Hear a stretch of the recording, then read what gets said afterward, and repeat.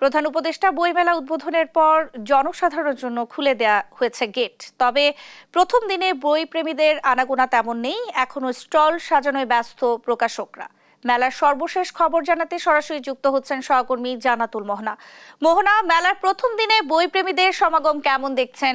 সব stall pavilion চালু হয়েছে কিনা বিস্তারিত জানাবেন।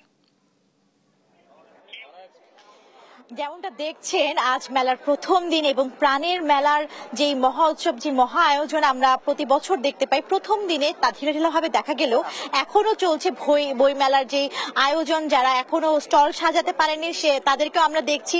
সেই সাথে আমরা পাঠকদেরকে দেখছি যারা জানেন যে আজকের প্রথম দিন হওয়া সত্ত্বেও যে বই মেলার আয়োজন শুরু হয়নি, তারপরও আমরা একজন বইপ্রেমীকে পেয়েছি যে বই মেলাতে এসেছেন। আপনি জানাবেন যে বই মেলাতে আজকে তেমন জমে ওঠেনি, তারপরে কেমন দেখছেন?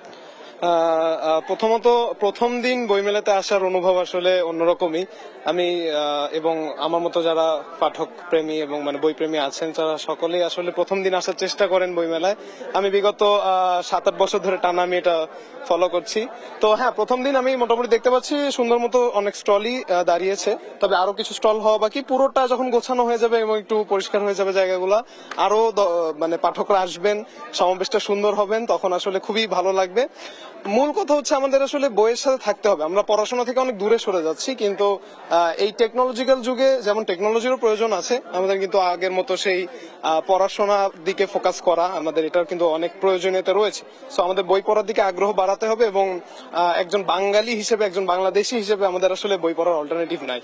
শুনছিলেন একজন পাঠক বইপ্রেমী বলছেন যে বাংলাদেশী হিসেবে বই পড়ার অন্য কোনো বিকল্প নেই, এবং সেই সাথে প্রাণের মেলা আজকে প্রথম দিন হলেও আমরা আশা করছি যে আগামী দিনগুলোতে আরো বেশি জমজমাট হয়ে উঠবে আমাদের প্রাণের বইমেলা।